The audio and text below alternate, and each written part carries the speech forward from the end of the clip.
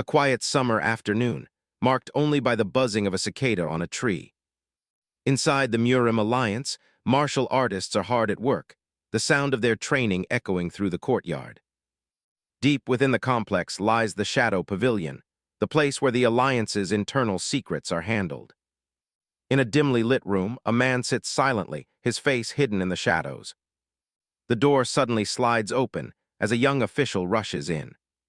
This is Lee Yop, a rookie investigator who looks like he's already in way over his head. He takes a seat, explaining that he's filling in for a senior who couldn't make it to the interrogation. From the shadows, the prisoner speaks, his voice calm and completely unimpressed. Lee Yop breaks into a cold sweat under the man's intense gaze. He tries to maintain his professionalism, warning the man to choose his words carefully or face the law enforcement hall. The man just stares back, his eyes sharp even in the dark. He scoffs, calling it pathetic that they sent a rookie, because the seniors are too scared, he'll beat them up. Lee Yop is taken aback by how relaxed the man is, wondering if he even understands the trouble he's in. He opens the file to check the name. Baek So Cheon, squad leader of the Iron Sword Corps. The Iron Sword Corps is known as the undisputed elite of the entire Murim Alliance. The investigator wonders if that's why this guy is acting so incredibly rude. He looks at the age on the paper and does a double take. 38? That can't be right. He looks at the man's face for the first time and is stunned. He looks like he's in his early 20s at most. Lee Yop can't believe it. This man has been in the Alliance 20 years longer than he has. According to the records, Baek So Cheon joined and immediately made a name for himself in the Iron Sword Corps. The very next year, he distinguished himself in battle, showing talent that was off the charts. His rise was legendary, and he became a squad leader in record time.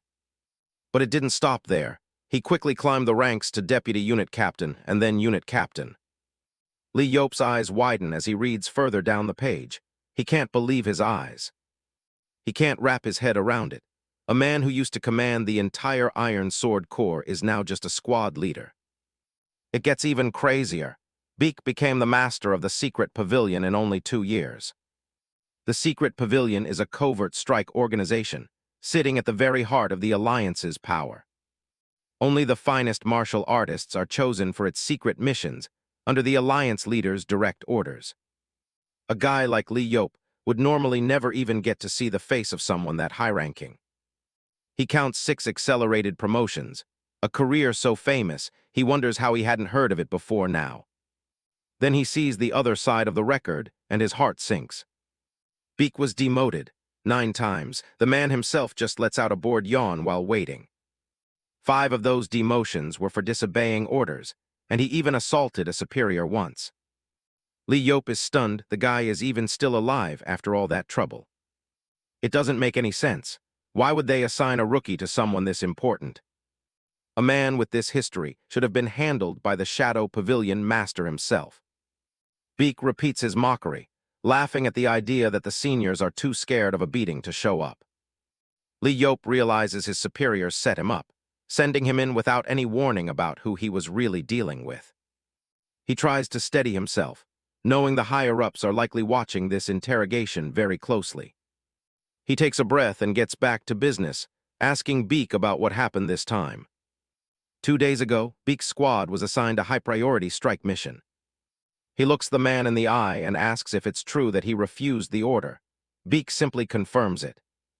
Baek So Cheon recalls the night of the mission, where he was questioned about why he chose to hold back his troops. His only answer: there was an ambush waiting for them. He looks the investigator dead in the eye, asking if they really expected him to walk his men into a trap just to prove it was there.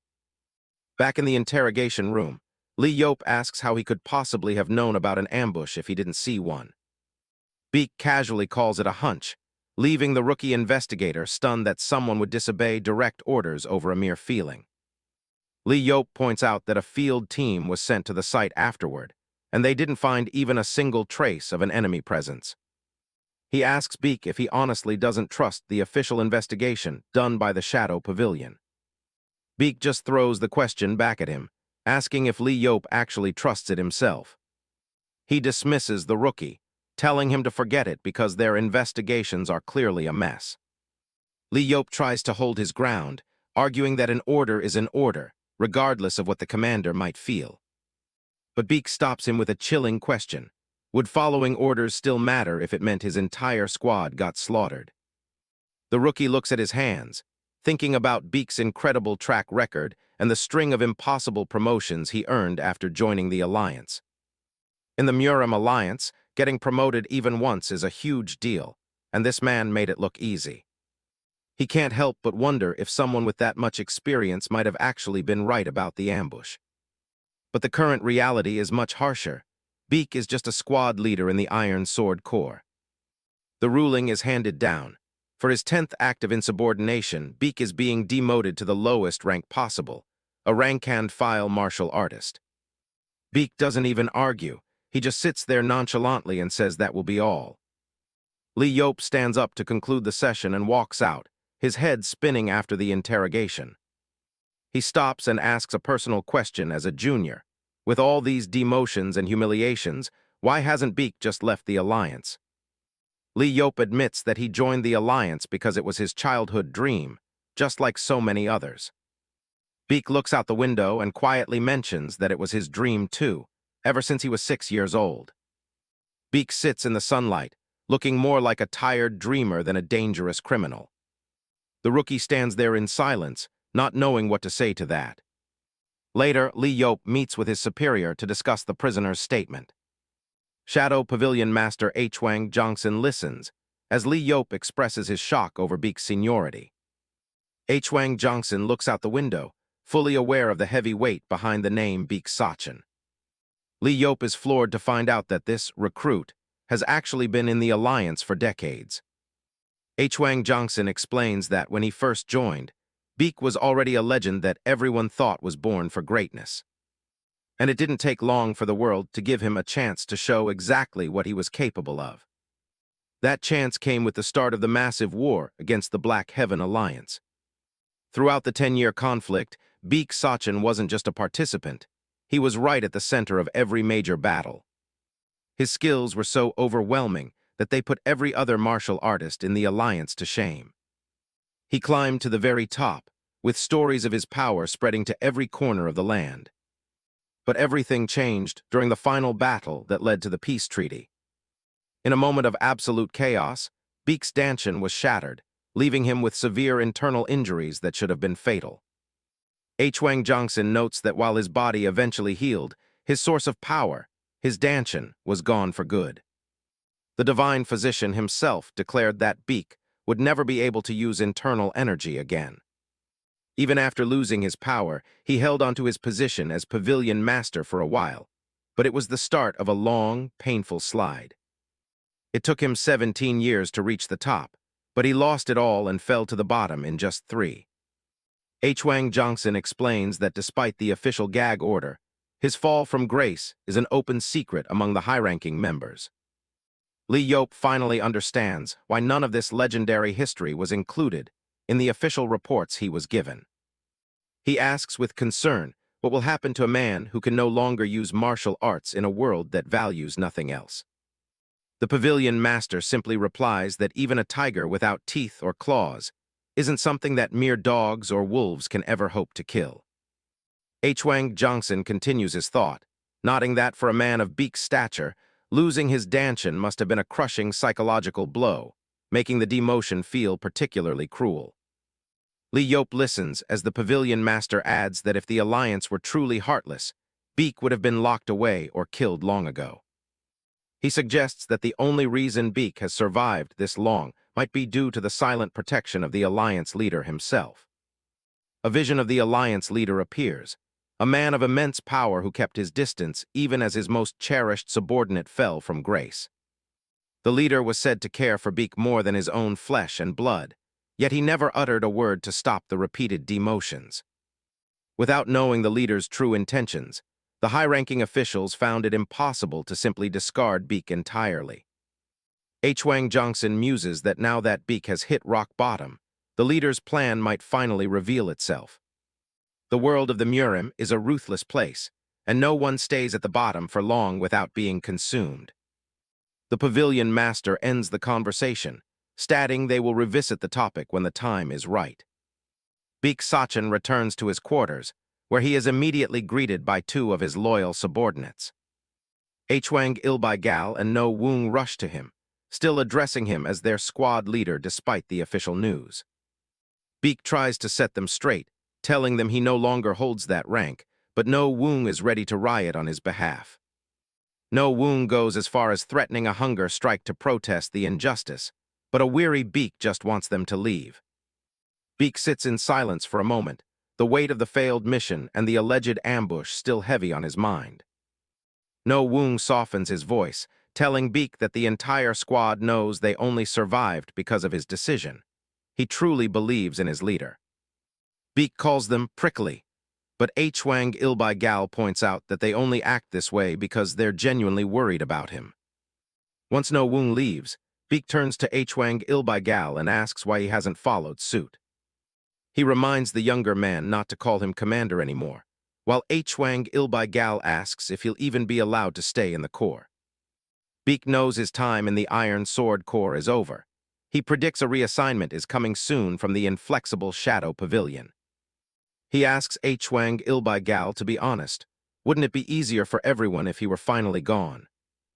Baek begins to pack his few belongings, asking if his presence was so stifling that they'd all break out in hives. He waves the younger man off, telling him to shut it and leave before things get any more sentimental. Hwang Il-gal asks if he's really forgotten his own past, reminding him how legendary he used to be. He calls him Big Bro Baek, dropping the formalities to express the deep respect he still feels. Baek's hands tighten around his gear. He tells Hwang Il-gal to save him from a shitty trip down memory lane. Hwang Il-gal is taken aback by the swearing, nodding that Baek never used to talk like that. Baek scoffs, saying that a weakling swearing is just as natural as a frightened dog barking. Because he's powerless now, his words have changed. He tells him to get lost one last time. Frustrated, Hwang Il-gal agrees to leave since Baek is being so difficult. A messenger suddenly appears at the door, asking if the captain is present. The young man informs Hwang Il-gal that the Corps commander needs to see him urgently. Hwang Il-gal sighs, knowing the commander only calls for him when there's unpleasant work to be done. He tells Baek he's off to pledge loyalty. Baek doesn't look back, simply wishing him safe travels as he continues to prepare for his own departure. Hwang Il-gal walks through the quiet hallways of the Alliance, heading toward the commander's office. He steps into the room and announces his presence to the man waiting there. Iron Sword Corps Commander Chun Jiang is looking at a map, immediately grumbling about how Baek So Cheon is a persistent leech. He wonders aloud why Baek won't just leave the Alliance on his own, before turning his sharp gaze on Hwang Il-gal. Chun Jiang asks if the captain actually believes Baek's ridiculous story about an ambush. Hwang Il-gal quickly denies it, claiming he was only playing along because of how prickly and difficult Baek can get. Chun Jiang agrees, calling Baek a bastard with the absolute worst temper in the entire Murim alliance. The commander wears a dark, satisfied smirk as he contemplates his next move against his former rival. He points to a spot on the map, Zhejiang Province. That is where Baek is being reassigned to the remote Munseong branch. Chun Jiang is glad to finally be rid of him, certain that he will never have to look at Baek So Cheon's face again. Chun Jiang, with a cold look in his eyes, admits he pulled strings just for Baek So Cheon. He wants him to rot in obscurity and die like a backwater ghost.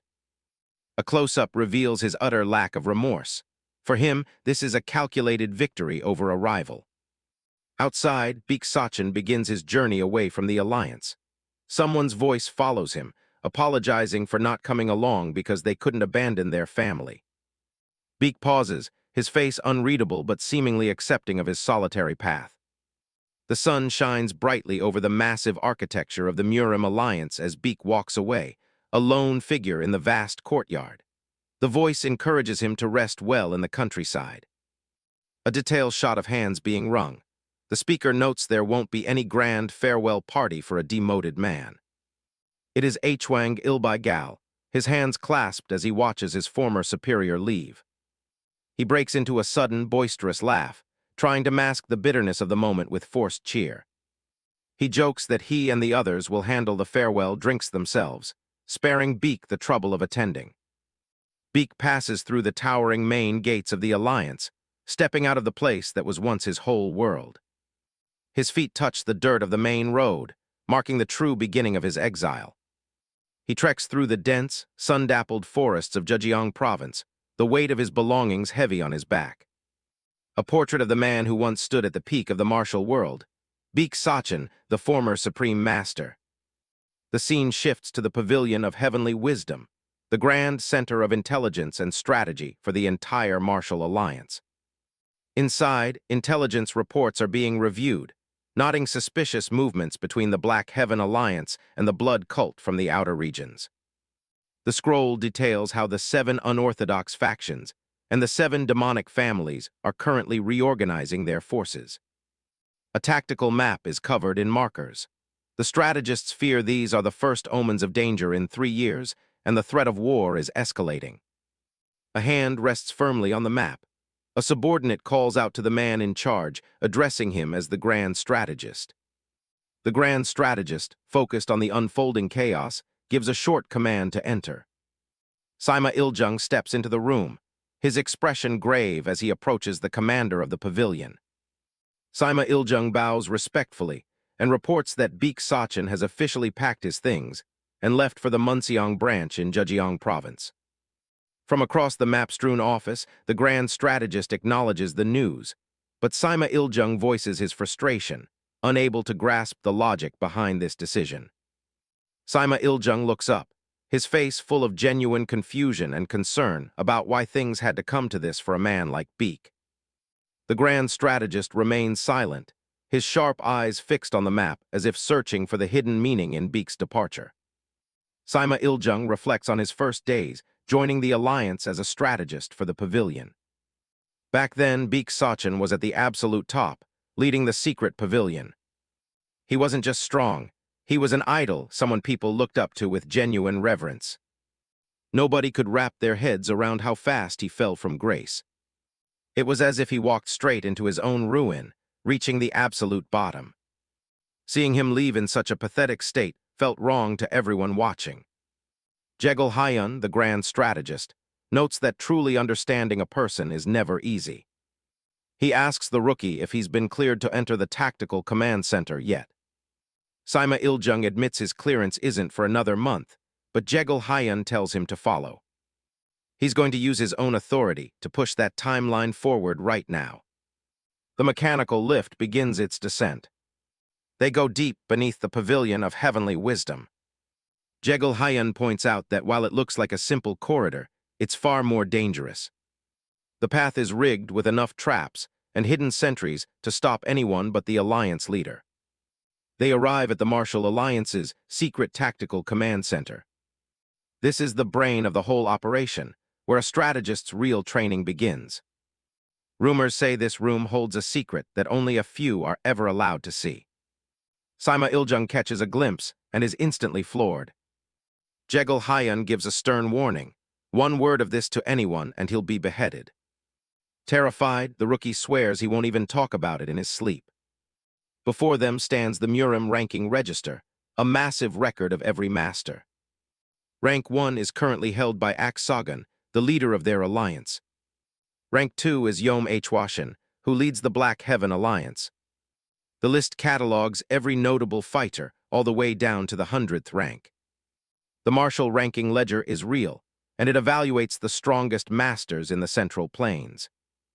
Jekyll Hyun asks if he knows who once stood at the very top of that ledger. Sima Iljung's eyes widen as he connects the dots. Baek So Cheon, the name feels impossible now. Jekyll Hyun confirms it. Before his crippling injury, he held the absolute first rank for years. In his prime, he stood even higher than their current alliance leader. Even though he's lost all his energy, his name sits at the bottom now purely out of respect. The old titles are stripped away, from squad leader of the Iron Sword Corps, down to a lowly recruit. Baek So Cheon is now officially just a low-ranking martial artist in a remote province. As he leaves, a messenger calls out, asking him to stop for a moment. He brings new orders directly from the alliance leader.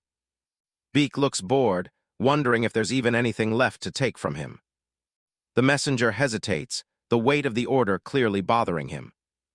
The order is to retrieve the ghost shadow sword that was once bestowed upon him. Baek grips the hilt of the blade one last time. The messenger begs him to just hand it over and follow the exact orders. He tosses the legendary sword aside and tells the messenger to get lost. The scarred messenger drops to his knees, his voice cracking as he begs for cooperation. He pleads with Baek So Cheon not to provoke the alliance leader any further, reminding him that many lives are on the line. He reveals that years ago, when Baek was still the pavilion master, he was the one who saved his life on the battlefield. He offers up his own life if it means sparing Baek, but begs him not to send them back empty-handed. With a sharp, sudden movement, the matter is settled as Baek turns his back on the alliance for good. A few days later, the scene shifts far away to the Munseong branch in Zhejiang province. The Yangchu estate, once a place of prestige, now stands in grim silence. Inside, the aftermath of a brutal massacre is uncovered, with 13 bodies left in the wake of the violence. Branch manager Lim stares at the carnage, unable to fathom the level of cruelty it took to slaughter an entire family. It's hard for him to believe that a hero as renowned as Yang Chu could be taken down so easily and ruthlessly. Squad leader Baeon rushes over to the manager, but the news he brings is just as bleak. No witnesses have stepped forward, and given the scale of the slaughter, Baeon doubts anyone would dare to. Lim sighs, ordering the bodies to be moved for a proper medical examination, while they continue the investigation. Baeon leans in to whisper that Hall Master Wang is expecting a meeting at the 100 Flowers Pavilion in a few days. Lim is incredulous that Baeon would blindly accept a summons without knowing the gang leader's true intentions. The manager pinches the bridge of his nose, venting his frustration over their lack of real power. The man behind the summons is Hall Master Wang Gon, the ruthless leader of the Divine Fire Gang.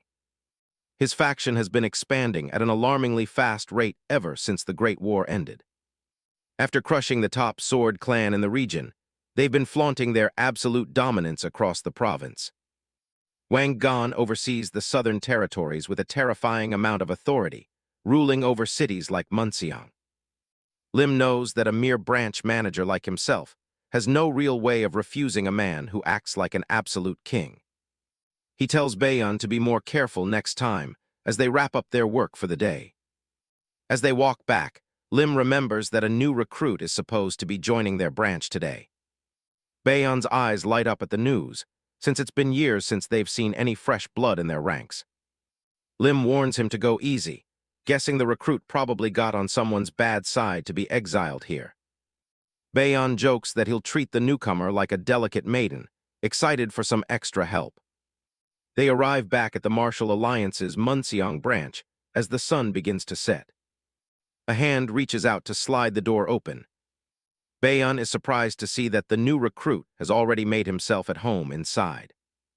A young man with long silver hair sits waiting for them. Baek So Cheon introduces himself calmly, carrying only a small pack on his shoulder. He hands over his official reassignment order, which confirms his demotion to a low-ranking martial artist. Lim scans the document, his jaw dropping as he reads the details. He can't believe a former squad leader of the prestigious Iron Sword Corps is standing in his office. Baeon is even more shocked, shouting that the paperwork says this guy is 38 years old. The young officer wonders if Baek has mastered some legendary art that halts the aging process. Lim is more concerned with how an elite of his caliber ended up exiled to a middle-of-nowhere branch. Baek just shrugs it off, saying he probably just didn't work hard enough in his previous life. Lim narrows his eyes, asking if Baek is saying that just to mock their humble station. Baek turns the question back on him, asking how the branch manager himself ended up all the way out here. Lim admits he worked his fingers to the bone only to end up exiled, to which Baek bluntly replies that he probably just lacked competence. Instead of getting angry, Lim laughs, finding the former squad leader's sheer audacity fascinating. Branch manager Lim is left speechless, finding Baek So Cheon's casual and relaxed demeanor oddly impossible to hate. Lim pauses, deciding to ask one more serious question before they wrap things up. He looks Baek in the eye, asking where his martial prowess currently stands. Baek gazes out the window, admitting that he was quite a formidable fighter in his past life. But when asked about the present, Baek bluntly calls himself utterly pathetic. He spins a wild tale about riding a golden calf and facing off against the leader of the Black Heaven Alliance in his prime. Lim smiles, relieved that there isn't much need for fighting in this quiet part of the province anyway. Baek agrees, hoisting his pack as he prepares to settle in. Squad leader Bayon leads him to a modest living quarter that, despite its shabby appearance, gets plenty of sunlight. As they walk, Bayon awkwardly points out that even though Baek is 12 years older and technically a senior, he still has to act as Baek's superior since he holds a higher rank in this specific branch. Baek tells him to be his guest, showing no interest in internal politics or rank. Bayon is relieved, but curiosity gets the better of him as he asks what exactly led to Baek's demotion. Baek simply states that he beat his former superior to a bloody pulp. Bayon freezes in shock, the moon hanging high above as the weight of Baek's words sinks in. Baek laughs it off, suggesting that in a tiny branch like this, they should all just treat each other like family. Bayon force laughs along, but then he notices something very unusual. He points out that Baek isn't even carrying a sword. Baek stops in his tracks, asking why anyone would naturally assume he was carrying one.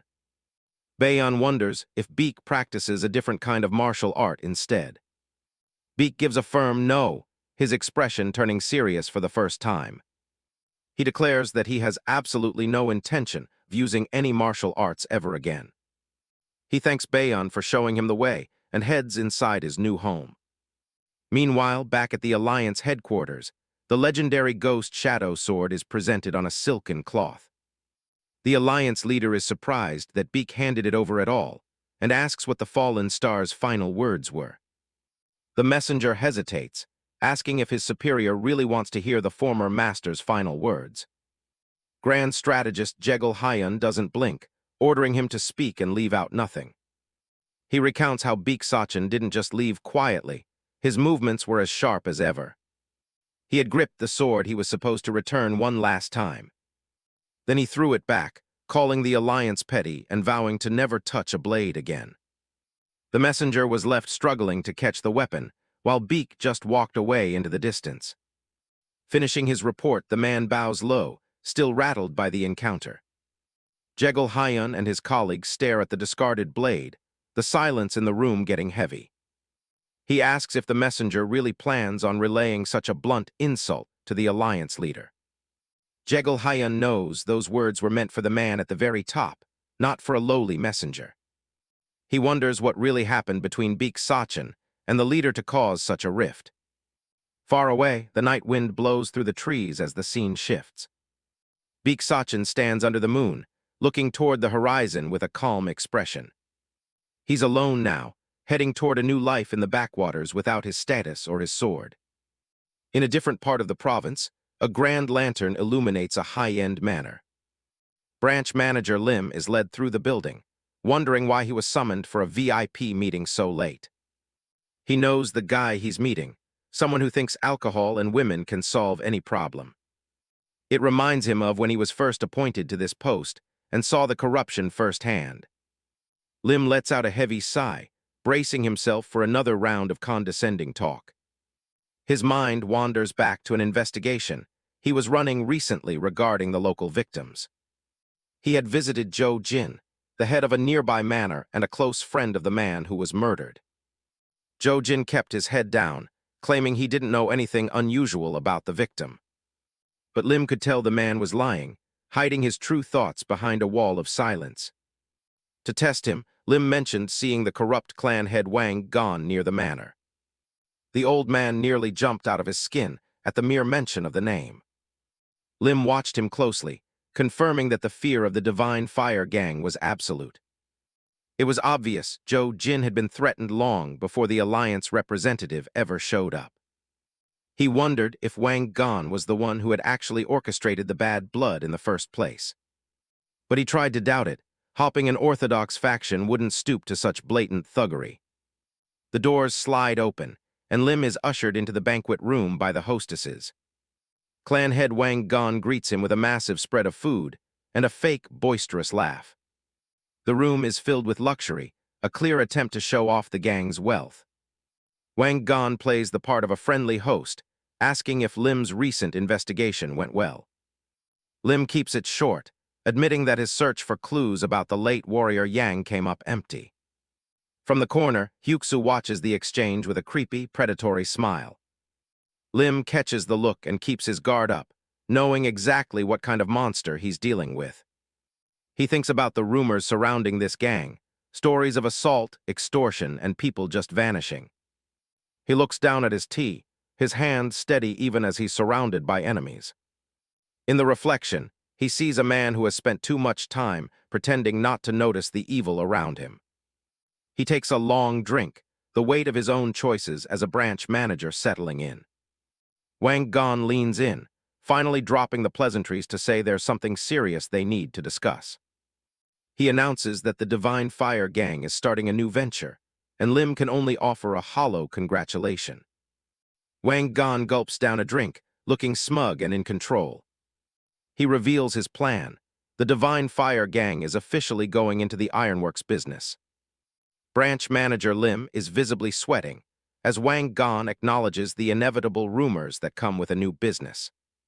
He slams a box onto the table, telling Lim to just ignore any unsavory gossip and let things slide. Wang Gan flips the lid open, and Lim's eyes go wide at the contents inside. It's 100-year fleeciflower, a treasure worth more than Lim could ever earn. Lim is stunned by the rare herb, knowing it could grant a martial artist a full decade's worth of internal energy. He immediately tries to refuse the gift, but Wang Gan just smiles like he expected that exact reaction. The gang leader mentions Lim's son, asking if the boy is currently learning martial arts. It's a thinly veiled threat disguised as a gift, as Wang Gan tells him not to reject his sincerity. Back at the Alliance branch, Baek So Cheon is already hard at work, going through stacks of old records. Squad leader Baeon watches him from the doorway, impressed by the new rookie's efficiency despite his strict look. Baeon is just happy to finally have some competent help in the office after so many years. Baek points out a series of harassment complaints against the Taejeong faction, all filed by the same person. Baeon suggests a bureaucratic approach, wanting to ship the complaints off to a higher division in Jejeong. But Baek calls the whole process a waste of time, saying they should handle the thugs themselves with the men they have. Baeon warns him that the Taejeong boss is a real martial artist and far too dangerous for them to mess with. Baek asks him point-blank if he's taking bribes from the syndicate, which sends Baeon into a defensive rage. Baeon explains that the faction is rumored to be backed by the massive Divine Fire Gang. The gang is the premier power in the province, and their influence is so vast that no one dares to cross them. He even mentions that the last manager was fired just for getting on their bad side. Baek nonchalantly suggests that if they're that scared, taking a bribe might actually be the smarter move. Baeon is completely blindsided by the suggestion, unable to believe what he's hearing from a fellow warrior. Baek explains that for Alliance warriors, being corrupt looks better than admitting they're just too scared to act. He looks at Baeon with a cold, judging stare, asking if the squad leader agrees with that logic. The words cut deep, and Baeon screams that the whole situation just pisses him off. Later that evening, Baeon is still brooding over the conversation while talking to branch manager Lim.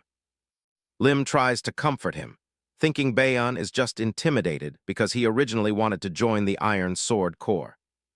But Baeon knows it's more than just simple intimidation about his career path.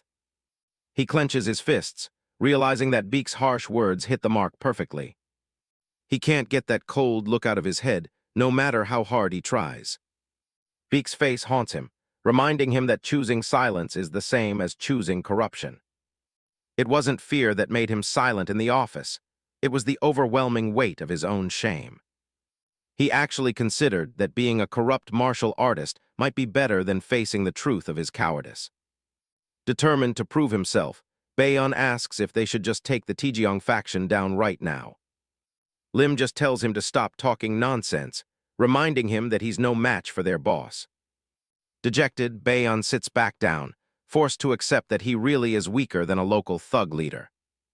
Lim tells him to head home and rest up so he's ready for tomorrow's patrol. Baeon leaves the room, his head hanging low as he exits into the hallway. Alone in the office, Lim returns to his paperwork, but his focus is long gone.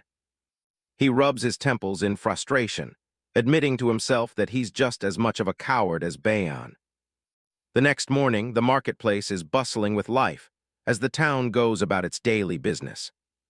Squad leader Baeon walks beside Baek So Cheon, stealing glances at the silent rookie with a nervous sweat on his brow. The tension breaks when Baek finally asks if Baeon has anything to get off his chest after their talk. The squad leader denies it. Then Baeon tries to smooth things over by inviting the silver-haired man for a drink once their patrol is done. He remarks that to a former elite of the Iron Sword Corps, a simple patrol in this backwater town must feel like a joke.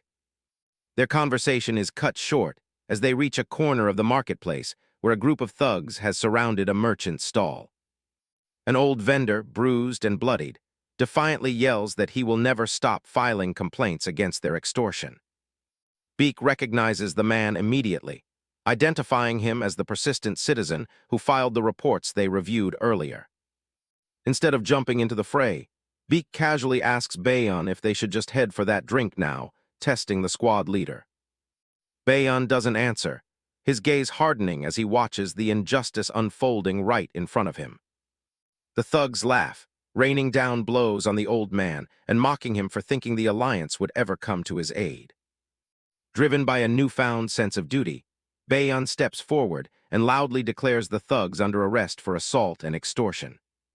He demands they drop their weapons immediately, his voice carrying an authority he had long since let go of.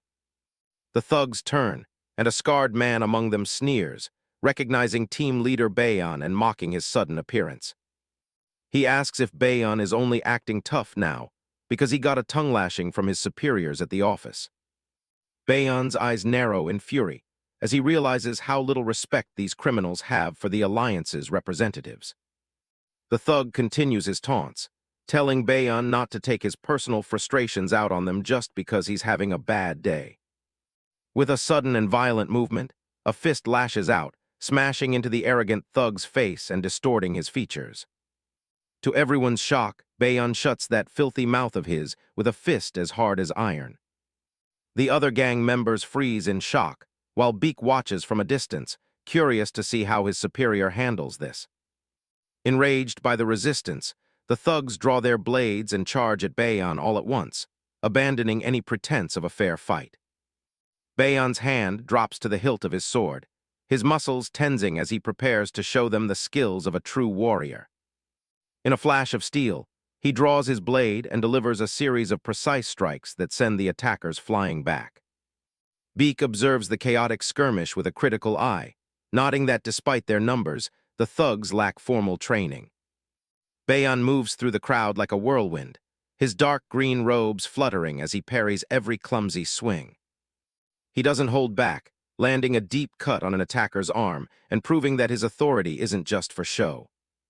As the thug collapses in a heap of screams, Baeon stands firm, the marketplace air thick with the smell of blood. He bellows a question at the remaining criminals, demanding to know how they dare raise weapons against the Alliance. He orders them to disarm immediately, warning that anyone who continues to resist will have to answer to him personally. Sensing an opening, a stocky man with brownish hair, the boss, leaps from the shadows to strike Baeon from behind. Baeon senses the murderous intent at the last second, his eyes widening as he realizes a sneak attack is coming. The ringleader's heavy strike smashes into the ground, narrowly missing Baeon but kicking up a massive cloud of dust. The thug boss laughs, mocking Baeon for getting cocky just because he managed to beat a few low-level lackeys. Taejeong's eyes gleam with malice as he prepares to finish off the squad leader who dared to disrupt his business. But Baeon was faster, plunging his blade straight into the ringleader's shoulder. Baeon is pushed to the limit of his rage, while the thugs lie on the ground, groaning in agony. His eyes blaze with fury as he narrowly escapes death from a sneak attack behind his back. A cold light flashes in Baeon's eyes as the thug's dishonorable tactics push his anger beyond the breaking point. Baeon thrusts his blade straight at the ringleader's throat and screams, "I'll kill you." Just as the blade is about to fall, Baek flashes into motion and grabs Baeon's wrist, stopping him from taking the criminal's life. The heavy sword stops inches from the ringleader's neck, held motionless by Baek's seemingly effortless grip. Baek stares down at Baeon with a cold, detached expression, telling the squad leader not to misunderstand his actions. He makes it clear that he isn't intervening to save the thug's life, but for reasons of his own. Baek points out the cold reality. The thug tried to murder Baeon from behind, and thus, Baeon has the absolute right to decide the criminal's fate. But Baek adds, does Baeon really believe that mercy can lead a man like that back to the path of righteousness? He will only come back for revenge, Baeon immediately retorts. On the ground, the terrified and bloodied thug pathetically stammers that he would never do such a thing. Baek's hand begins to loosen, and he delivers a final, stone-cold assessment. He observes that, judging by Baeon's eyes, this would be the squad leader's very first kill. Baek steps completely aside, telling Baeon that he must cast aside his emotions and let his rational mind make the final decision. Baeon stares at the cowering man, his face drenched in sweat as he pants heavily, the weight of a human life pressing down on his conscience. Finally, Baeon lowers his weapon and steps back, deciding that the lesson they've dealt today is sufficient for now. Taking command of the aftermath, Baek turns his icy gaze toward the remaining thugs and counts down, ordering them to drop their weapons and kneel. Nearby, the marketplace residents begin to gather and whisper, stunned to see the Murim alliance actually standing up for a commoner like Old Man Go. Baek asks Baeon if he's prepared for the fallout, nodding that things are bound to get loud and complicated now that they've crossed the local gang. Baeon can't help but feel a spark of annoyance, thinking to himself that while Baek did the provoking, he was the one forced to do all the heavy lifting. Despite his frustration, a bead of sweat rolls down Baeon's face as he worries about the inevitable retaliation from the Taejeong faction. His anxious thoughts are interrupted when a weary, cracked voice calls out to him, addressing him simply as young man. Baeon feels a sudden weight on his arm as the elderly vendor reaches out with a trembling hand to steady himself. Turning quickly, Baeon looks at the old man with genuine concern, asking if he has been badly injured in the scuffle. Tears well up in Old Man Go's eyes as he thanks the squad leader profusely for being the first person in a long time to actually help them. Baeon's eyes widen in surprise as the simple, heartfelt gratitude of the commoner hits him harder than any blow from a thug. Looking around, he sees the faces of the townspeople lighting up with genuine happiness and relief, a sight he hadn't seen in years. Feeling a mix of shame and pride, Baeon bows his head humbly, telling the elder that such thanks are entirely unnecessary. He gently takes the old man's weathered hands into his own, the physical connection bridging the gap between the alliance and the people they protect. With a soft, sincere smile, Baeon admits that he should be the one apologizing for taking so long to fulfill his duty. The surrounding crowd begins to cheer, and one man steps forward to promise that they will all testify as witnesses to the gang's crimes. While Baeon shares a moment with the people, Baek stands over the wounded thug, remarking with chilling detachment that it must be his first time being stabbed. Baek looks down at the whimpering criminal as the sun sets over the town, asking him how it feels to finally experience the pain he has so carelessly inflicted on others. Baek digs his fingers into the thug's chest, ignoring the guy's screams of agony. He tells him to remember this exact pain before he ever thinks about drawing a blade again. He gives one last chilling warning. The guy can be stabbed just as easily at any moment. The crowd watching from the sidelines stands in stunned silence. With that, Baek just turns around and starts walking away. Baeon catches up and asks him if he has any regrets about what just happened. He doesn't wait for an answer, proudly declaring that he doesn't regret a single bit of it. Baek doesn't say much, just letting a small smile slip. He looks at Bayan and tells him he finally looks like a real warrior of the Alliance. The praise catches Bayan off guard, and he suddenly feels a huge weight lift off his shoulders.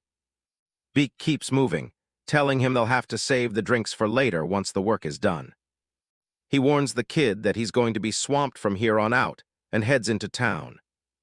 Back at the Munseong branch, the peace is already gone as someone starts yelling inside. Beak is already there, looking over papers with his usual calm expression. Inside the office, branch manager Lim slams his desk, screaming at Bayon for making such a massive mess. Bayon stands his ground while his boss demands to know why he'd arrest the entire Tijeong faction. Lim rubs his temples in frustration, asking if Beak was the one who put him up to this. Bayon clenches his fist, but he doesn't waver. He thinks back to Beak's words about him finally acting like a true warrior. He keeps his jaw set, refusing to be intimidated by the yelling. He tells Lim it was his own choice to step in and stop their tyranny. Lim is shocked. He's never seen this kind of fire in Bayon's eyes before. He can't believe Beak managed to completely transform the kid in just a few days. Bayon doubles down, declaring his plan to transfer all the prisoners to the Steel Division. Lim warns him that the Steel Division will just let them go and slap him with disciplinary action. Bayon doesn't care, arguing that if the system is broken enough to punish him for catching criminals, then so be it. He tells his superior he'll take any punishment as long as he gets to take down the faction boss. Lim snaps, grabbing Bayon by the shirt and shouting that ideals don't mean anything in the real world. He tells him to snap out of it and stop being so reckless. He demands to know who's going to handle the fallout if Bayon gets himself killed. Lim warns him that he's not just risking his job, these people will kill him without a trace. He tells Bayon to stop throwing his life away on foolish bravado. Lim eventually lets go and tells him to stay put while he tries to clean this up with clan head Wang. But as he opens the door to leave, he stops dead in his tracks. The outer office is completely packed with townspeople who are finally ready to testify. Lim looks on in disbelief as he sees Beak in the middle of it all, already organizing the crowd. Beak tells the victims to write down everything those bastards have done to them. Lim watches them, completely speechless at the turn of events. Without saying a word, he turns around and walks out into the courtyard. Bayon finally lets out a long, shaky sigh of relief once the door closes. He realizes Beak didn't come in to help him with the boss because he was already out here getting to work. The elderly merchant bows gratefully to Bayon, finally feeling as though someone is truly on their side. Bayon tries to keep a straight face as the pressure in the room starts to climb. A hand slams against the desk, and a voice demands to know if the branch manager is in. Bayon's stomach drops when he sees the face of the man who just barged in. It's Tijeong, the boss of the Tijeong faction, and he looks like he's looking for trouble. Bayon tells himself to keep his cool and not let these thugs see him sweat. He stands his ground, informing the boss that the branch manager is out for the moment. Tijeong scans the room, mockingly asking what everyone is so busy writing down. He spots Beak helping the locals record every instance of assault and extortion. Tijeong gets right in their space, asking whose money his boys supposedly stole. The merchants can barely even look at him, trembling in their seats. Beak stays perfectly still, his eyes cold as he watches the scene play out. An elder finally snaps, shouting that every cent went into the boss's pocket, even medicine money for a sick kid. Tijeong doesn't yell back. He just leans in and mentions the man's daughter living in Shanxi.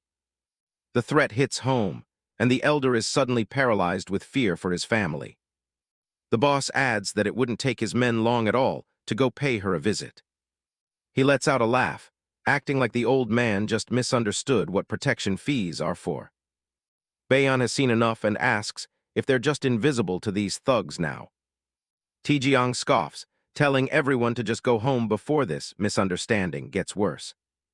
The boss shouts at the merchants, telling them all to shut their mouths and go back to their little stalls. Beak watches Bayon closely, waiting to see if the kid has the guts to step up again.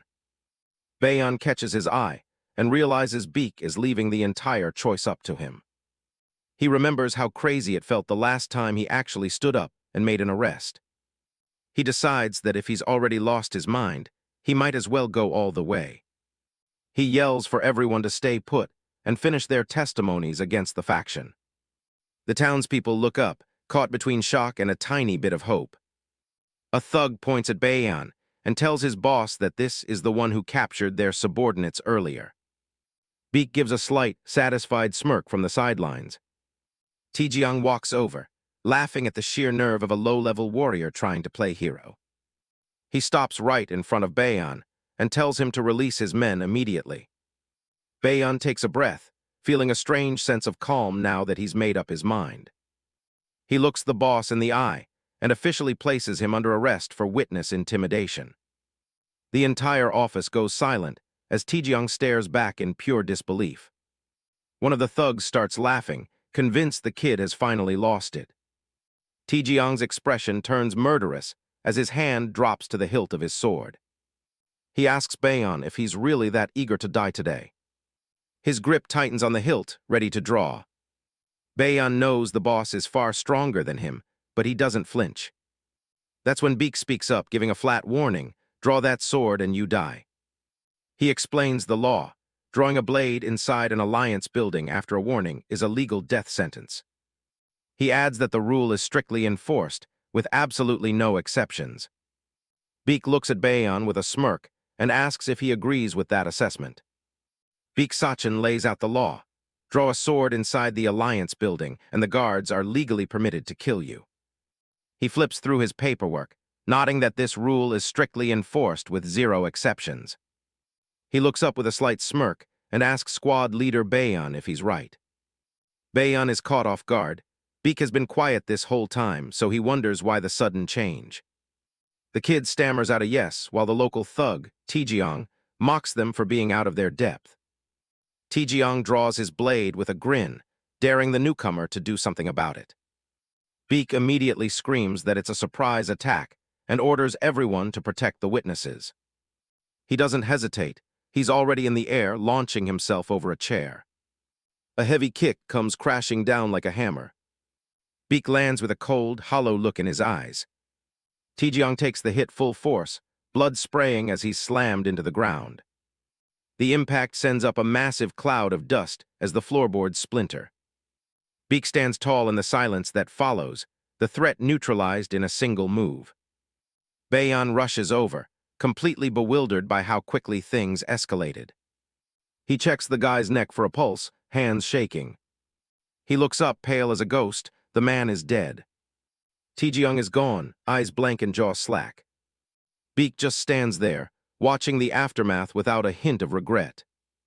He casually scratches his head and wonders if the guy just hit his head too hard on the way down. As night falls over the branch office, the tension finally starts to settle. Bayan walks the grounds alone, worried about what branch manager Lim will say when he finds out. Even though the death was officially ruled an accident, the young squad leader can't shake the feeling that something else was going on. He remembers Beak's expression, the way he specifically reminded everyone of his low rank to goad the opponent. It was a trap. Beak provoked the man into drawing first just so he could deliver that fatal kick. Looking at Beak's calm face, Bayan realizes this wasn't luck. Everything was handled within legal bounds, leaving no room for the alliance to complain. He decides he needs to hear the truth directly from the man himself. As he approaches the courtyard, he hears the sound of heavy breathing and stops in his tracks. His eyes go wide. He can't believe what he's seeing. There's Beak performing one-handed handstand push-ups with a body that looks way too powerful for his age. But it's the scars that really stand out, horrific, jagged lines that look like they almost split his torso in half. Bayan can't help but let out a dry laugh. The man is training like a demon despite those wounds. It's a sight he hasn't seen in a long time. A martial artist pushing their limits until they're drenched in sweat.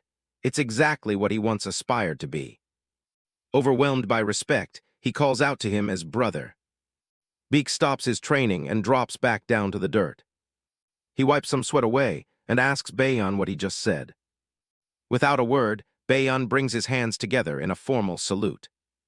He bows deeply, asking to serve Baek as his sworn brother. His face is dead serious. This isn't just a whim, he's found someone worth following. Baek lets out a tired sigh, the moonlight catching the massive scars across his chest. He's not interested in being a role model, and just tells the kid to go back to bed. Baek So Cheon scoffs at the request, saying if he accepted everyone, he'd have over 1,000 little brothers by now. He pulls his robes back on and asks the persistent kid why he even wants to be his brother.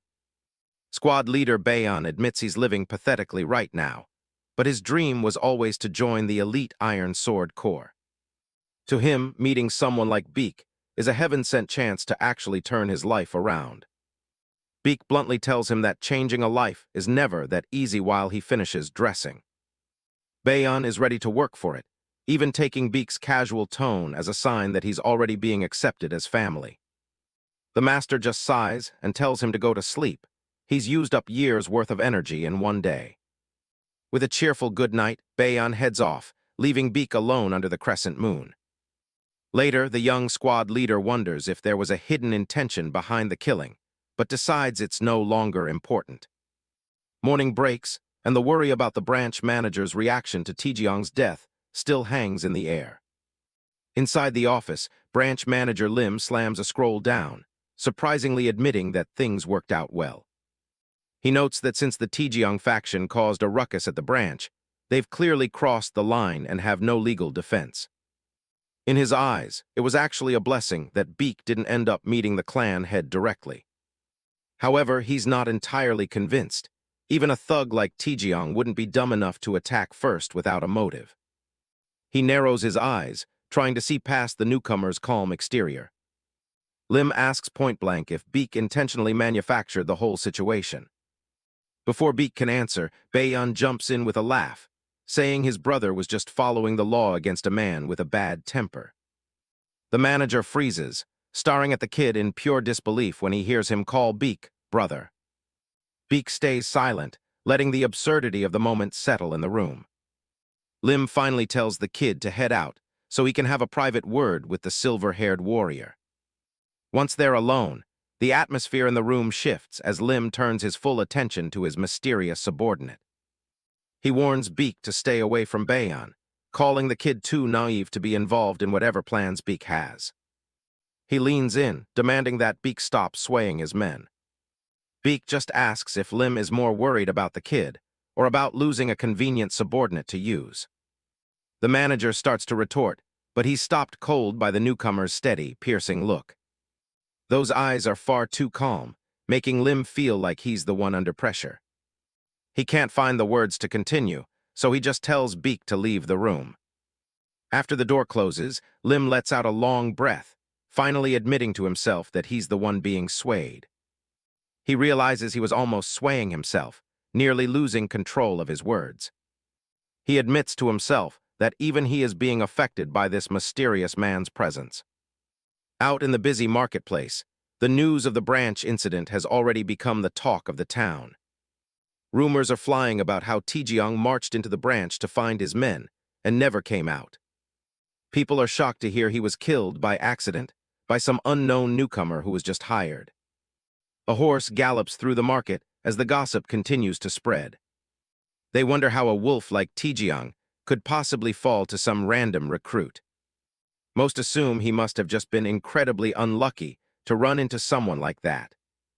Inside the carriage speeding through the marketplace, clan head Wang Gon pulls back the curtain, returning home to news of the chaos. He hears that the local merchants are actually celebrating now that the Taejeong faction is gone. His man mentions that branch manager Lim even dropped by while Wang Gon was away. Wang Gon is furious, questioning how the manager could have let things get this far out of control. Hyuksu mentions that Jongbi is still locked up in the dungeon and was supposed to take over for the dead man. With a creepy, wide grin, Hyuksu suggests he pay a visit to the manager to ask for his release. Wang Gon stops his bloodthirsty subordinate, telling him not to cause trouble when there's important work ahead.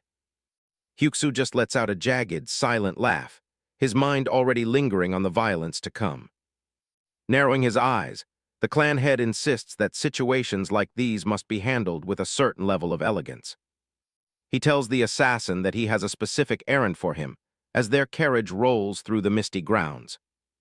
Meanwhile, back at the local Murim Alliance branch, the usual quiet of the office is interrupted. A subordinate announces that the branch manager's wife has arrived, leaving Lim visibly confused. A worried-looking woman enters the room, clutching a small wooden box with a young boy trailing close behind her. Branch manager Lim rushes over, asking what could have possibly brought his family all the way out to the office. She looks up with an anxious expression, explaining that she came because of the item in her hands. She tells him that some strange men barged into their home and left the box behind before disappearing. Terrified that the men might return, she couldn't bring herself to leave young Chan at home alone. As Lim takes the box, he remains silent, the weight of the situation clearly beginning to press down on him. The manager stares at the wooden container, the gravity of the threat etched into the lines of his face. He finally speaks, forcing a calm expression and telling his wife that everything is fine. From his desk, Baek So Cheon watches the interaction with his usual detached, observant gaze. He catches a whiff of a very specific, sweet scent drifting from the wooden container. Without even looking up from his scrolls, he identifies the contents, a rare and expensive 100-year fleeciflower. Lim tries to maintain a normal tone, patting the boy's head and telling him to look after his mother. The young boy gives a cheerful answer, completely unaware of the deadly tension filling the room. He follows his mother out, giving a small, innocent smile as he leaves the office. Baek gives a subtle nod of acknowledgement as the manager's family departs. Lim stands by the doorway for a moment, watching them walk away with a heavy heart. His grip on the box tightens until his knuckles turn white, his internal rage finally reaching a boiling point. He curses Wang Gon under his breath, realizing the man has transitioned from subtle bribes to an open threat against his family. He remembers the last time he stood before the corrupt clan head, his hand firmly rejecting a similar offering. At the time, he had tried to be polite, thinking a respectful refusal would be the end of the matter. He can't believe the audacity of the man to target his household after he had already made his stance clear. Fueled by a desperate protective instinct, Lim announces he's going to see Wang Gon and orders his men to stay put. Squad leader Bayon watches his superior storm out in a daze, shocked by the sudden and intense display of anger. He turns to Baek, wondering why the manager is so furious when he thought the two leaders were on decent terms. Baek explains that such a high-tier medicinal herb is never just a gift, it's either a bribe or a warning. He reasons that since Lim lost his temper before even looking inside, he must have been expecting exactly this. Since the family was used as leverage, Baek notes that the situation is about to get much more violent. Bayon is stunned, unable to comprehend how Baek could identify the gift without so much as a glance at it. Realizing the mortal danger Lim is walking into, the young squad leader decides he can't just sit around. He knows that challenging Wang Gon means inevitably crossing paths with Hyuksu, the shadow assassin. Hyuksu is a master on a completely different level than the thugs they dealt with earlier. Bayon realizes that a ruthless monster like that kills as easily as breathing, and going alone would be suicide. He turns to the silver-haired warrior with hopeful eyes, asking if his brother is planning to join the rescue. Baek So Cheon doesn't even look away from his paperwork, coldly asking why he would bother getting involved. Bayon is outraged, shouting that a fellow member of the Alliance is in danger and needs immediate help. Baek remains unmoved, reminding the boy that they've only known each other for a few days, hardly long enough to be coworkers. Bayon tries to argue their friendship, but Baek shuts him down, pointing out that every second wasted brings his manager closer to death.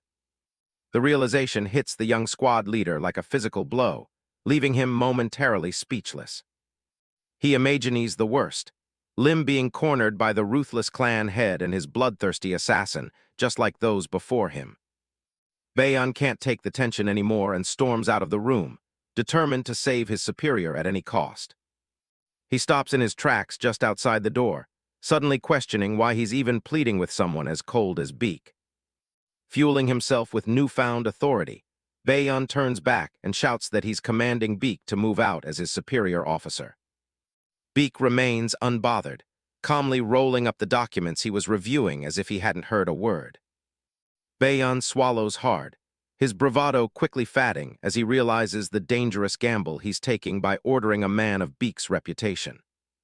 He begins to panic, remembering that Baek wasn't just demoted for assault, but for blatant insubordination as well.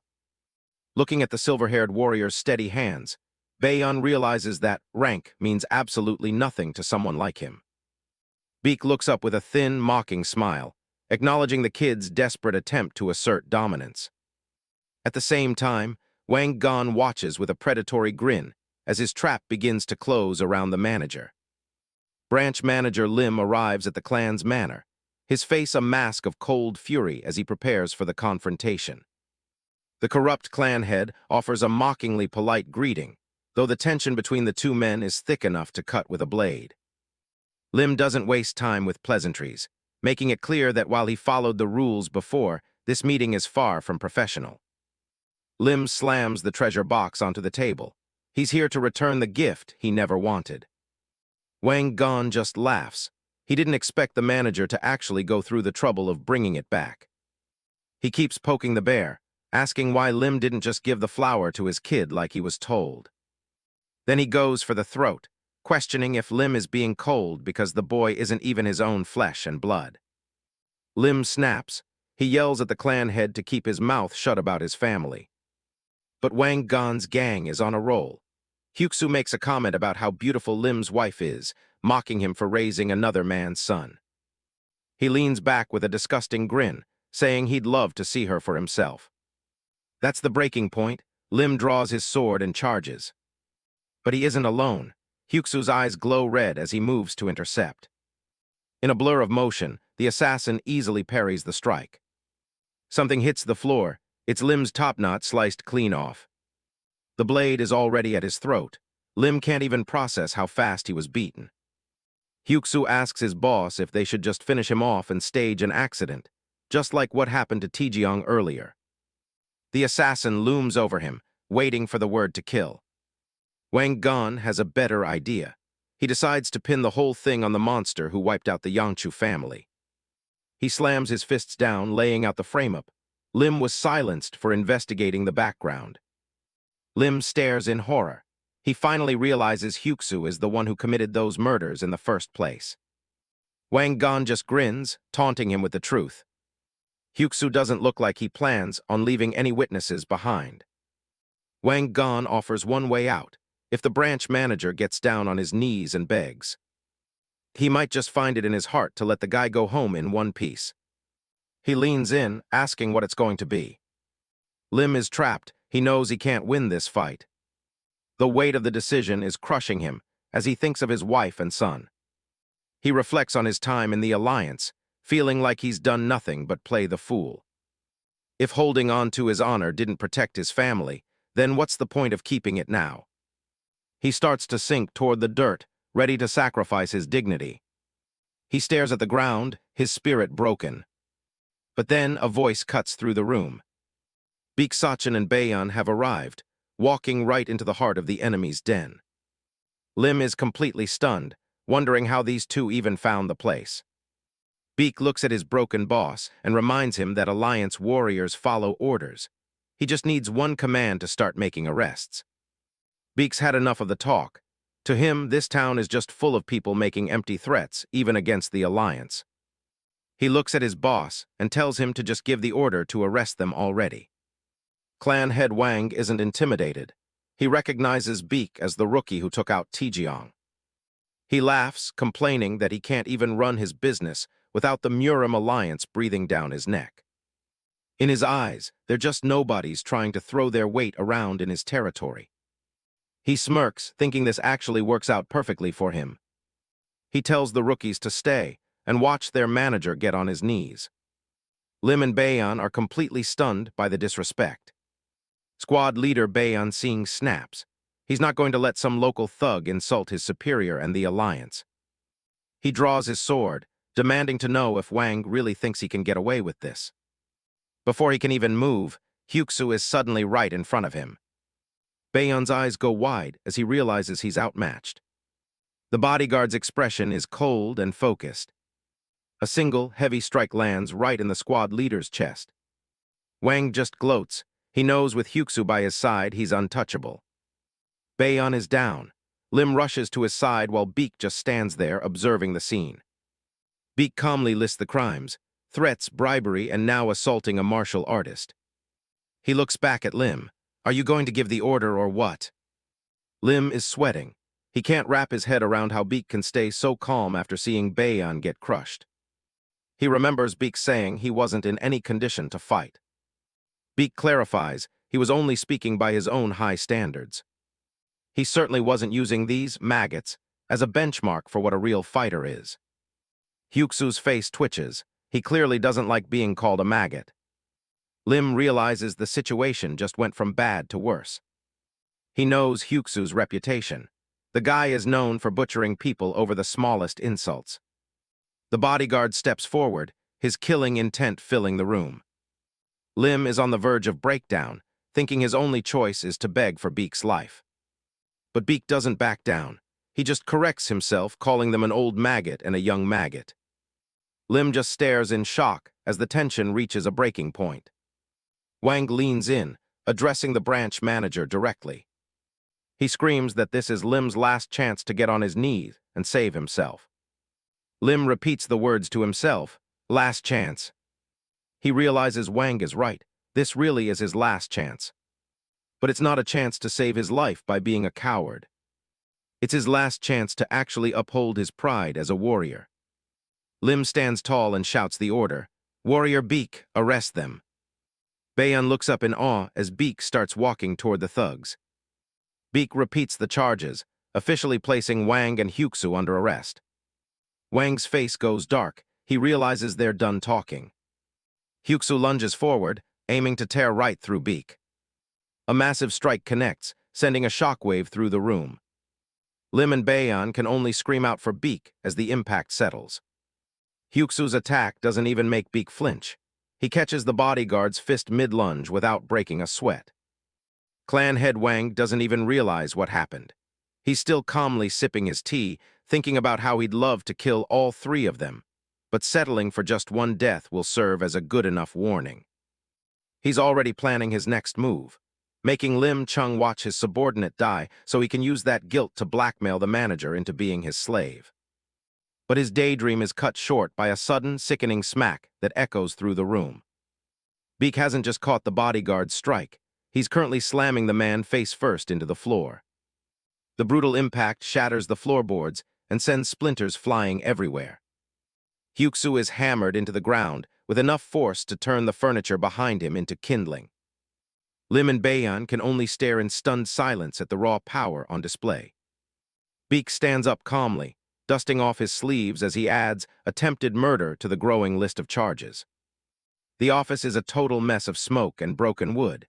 Hyuksu is out cold, and Wang is finally starting to realize he's in serious trouble. The clan head is sweating bullets.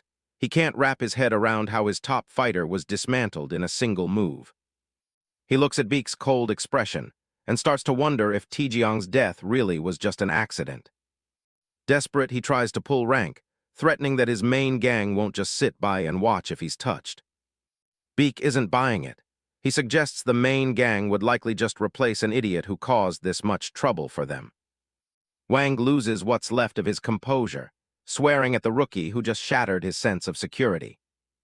He screams about his high-level connections, shouting his own name as if it still carried any weight in this room. Baek just stares him down and tells him to listen carefully. A terrifying tiger aura manifests behind Baek, filling the entire office. He asks if playing king in this backwater town made Wang forget that the Murim alliance is no joke. Baek's silhouette looms over the terrified man. He promises him 30 years in a dungeon and reminds him that no connection will protect him from a war with the alliance. He grabs the guy by the front of his expensive purple robes, and Wang can only beg him to let go. Baek reaches for the heavy pearl necklace Wang's so proud of, mentioning how Taejeong was unlucky to die from a single blow to the head. His eyes glow with a cold, predatory light, as he wonders aloud just how lucky the clan head is going to be today. The man screams in absolute terror as he's hauled up. Beak slams him headfirst into the floor with a bone-chilling thud. The massive pearl necklace shatters under the pressure, pearls flying in every direction. Pearls scatter across the floor like a physical representation of Wang's broken status. The leader of the Divine Fire Gang is left face down and unconscious on the trashed carpet. Beak turns back to the manager, reporting that both targets have been arrested exactly as ordered. Lim and Baeyeon are still trying to process the level of violence they just witnessed. Beak doesn't wait for a response, he just starts walking out of the trashed office. Once they're outside, Beak tells Lim it was a foolish move to come alone, but he gives him credit for not taking the bribe. Lim stops in his tracks, stunned that the rookie somehow knew about the 100-year fleeceflower. The two of them watch in silence as Beak continues walking down the corridor.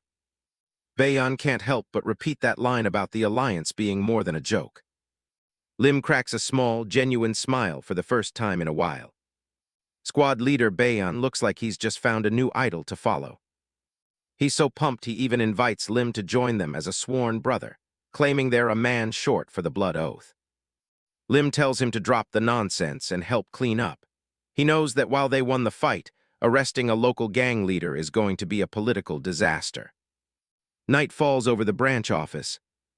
Later that night, Beak finds himself walking through a dark, empty courtyard. He looks down as his boots splash into a dark, ink-like liquid on the ground.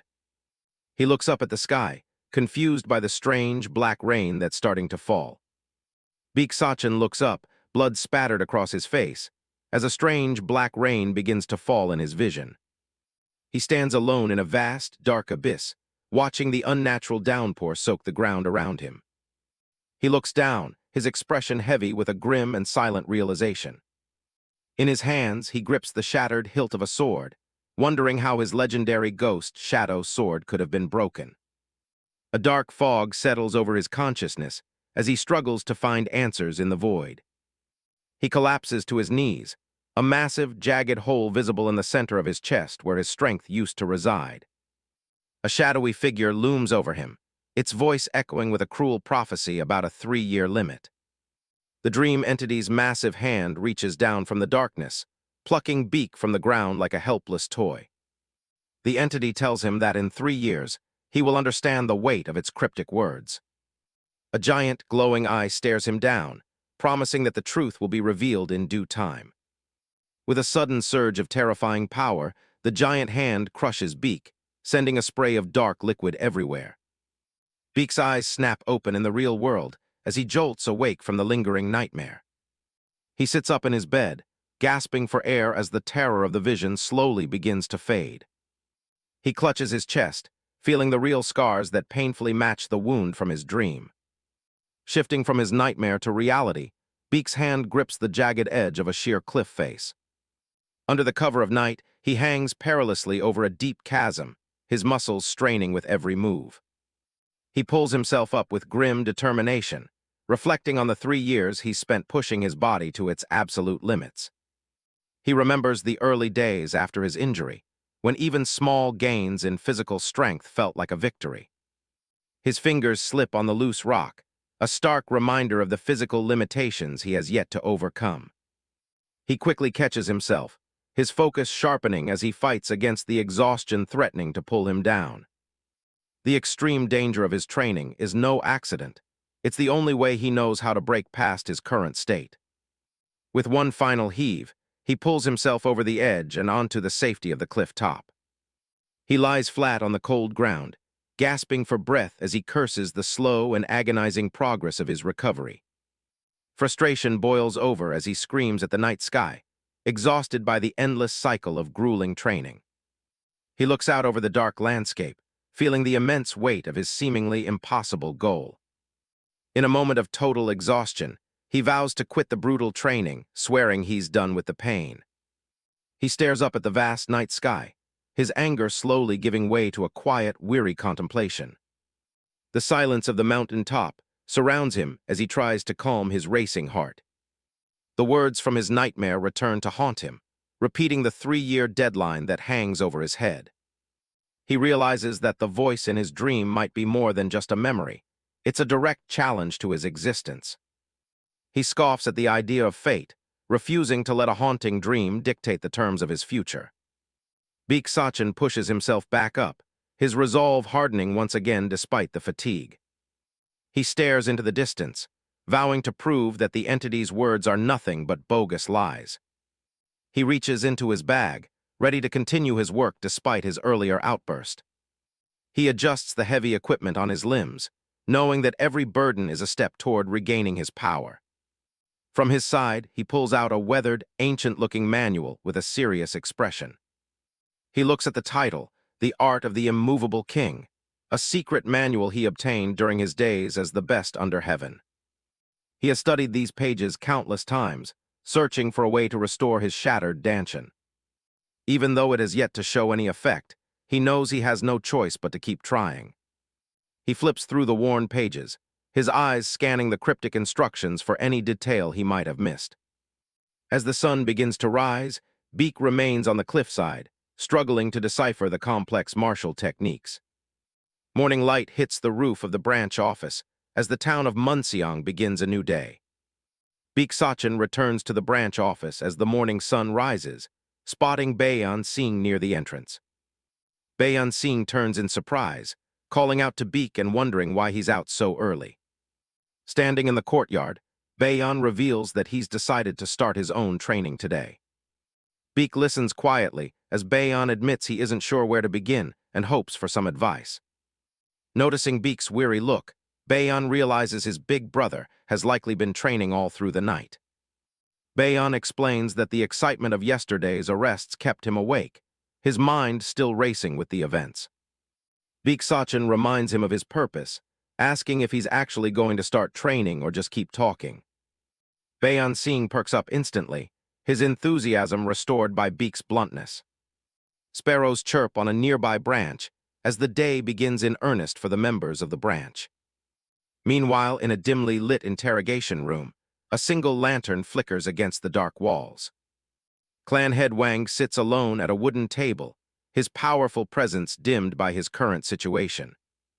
Bandages wrap around Wang's eyes, hiding the injuries sustained during the previous day's conflict.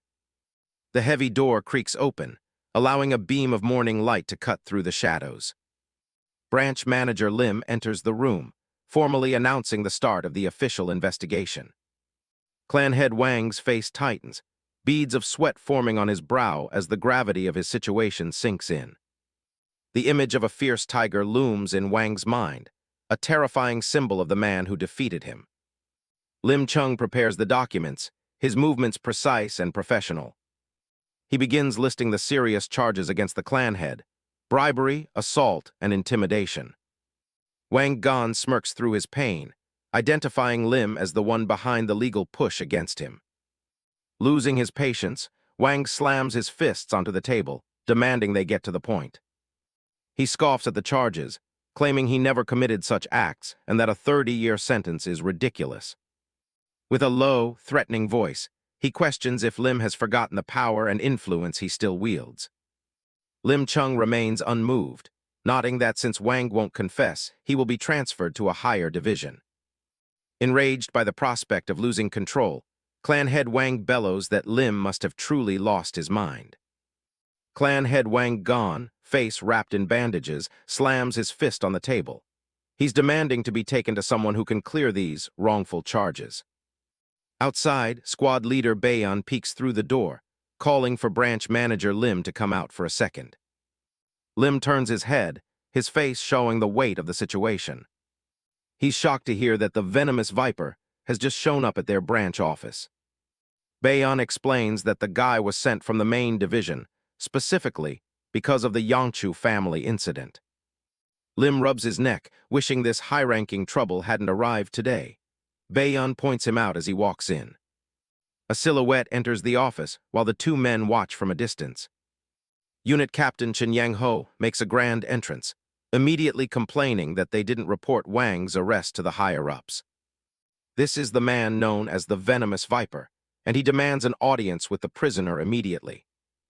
Baeyeon looks incredibly nervous, while Lim stays silent behind him. In a quiet corner of the building, scrolls hang on the wall. Jin sits down across from the battered Wang, asking if his top bodyguard got caught in the crossfire too. Wang admits that branch manager Lim shouldn't have been skilled enough to take them down. He tells the captain it was someone new, a guy who felt like he belonged in the main division's elite ranks. Wang looks at the dusty corners of his cell, declaring he can't stand being in this dump a minute longer. Jin listens intently and promises he'll do what he can to handle it. Wang isn't satisfied with a promise and grabs the captain's arm. He leans in, reminding Chen that all those bribes he's been paying were for a moment just like this. Chen breaks into a smug, knowing grin. He calls Lim into the room to discuss the case. The captain walks around, explaining that Wang is denying everything and claiming he only acted in self-defense. He warns Lim that the clan head is planning to report them for illegal intrusion and false accusations. Chen's eyes narrow as he suggests it would be best for everyone to just release the prisoner now. Lim stares back, asking if the captain actually trusts a criminal over his own officers. Chen lets out a fake laugh, claiming he trusts the branch manager completely. But his tone turns cold as he brings up the massive influence the Divine Fire Gang has over the province. He tells Lim to act like an adult and wrap up this trivial matter to keep things pleasant. The captain turns to leave, considering the matter closed. Lim stands there, repeating the phrase, trivial matter, with pure disgust in his voice. He knew the alliance was corrupt, but seeing it face-to-face still feels like a slap. Chin pauses at the doorway. He looks back, admitting that even with help, taking down someone like Wang Gon shouldn't have been that easy. Lim tells him not to underestimate the capabilities of his branch office. Chin just smirks at the manager's defiance. He tells them to think long and hard about their next move as he walks off. Baeyeon stands by, watching the corrupt official disappear down the hall. Lim looks deep in thought, clearly weighing his options against a system rigged against him. He looks at his squad leader and asks how his morning training went. Baeyeon is caught off guard, wondering how the manager even knew he was out practicing. Later that night, the moon hangs high over the branch headquarters. Unable to sleep because of the mounting pressure, Lim walks through the courtyard to clear his head. He finds Baeyeon Sing still awake, swinging a wooden sword with everything he's got. Baeyeon Sing continues his relentless practice in the center of the courtyard. Lim watches from the shadows, noticing a new level of focus in the squad leader's movements. The manager's expression softens as he realizes just how much his subordinate has changed. Baeyeon finally lowers his sword and smiles, admitting that talking to Big Brother always makes everything feel clear. Morning arrives, with the sun's first rays hitting the traditional eaves of the branch office. Still energized, Baeyeon Sing gestures for Lim to follow him, certain that Baek So Cheon will have a way to fix their current situation. Lim remains skeptical, doubting that a low-ranking officer could have any answers for something this big. But with no other options on the table, he finally decides to go along with it. They find Baek So Cheon tucked away in a room full of books, looking perfectly at peace. He doesn't even look up from his page as he asks why they're bothering him with their questions.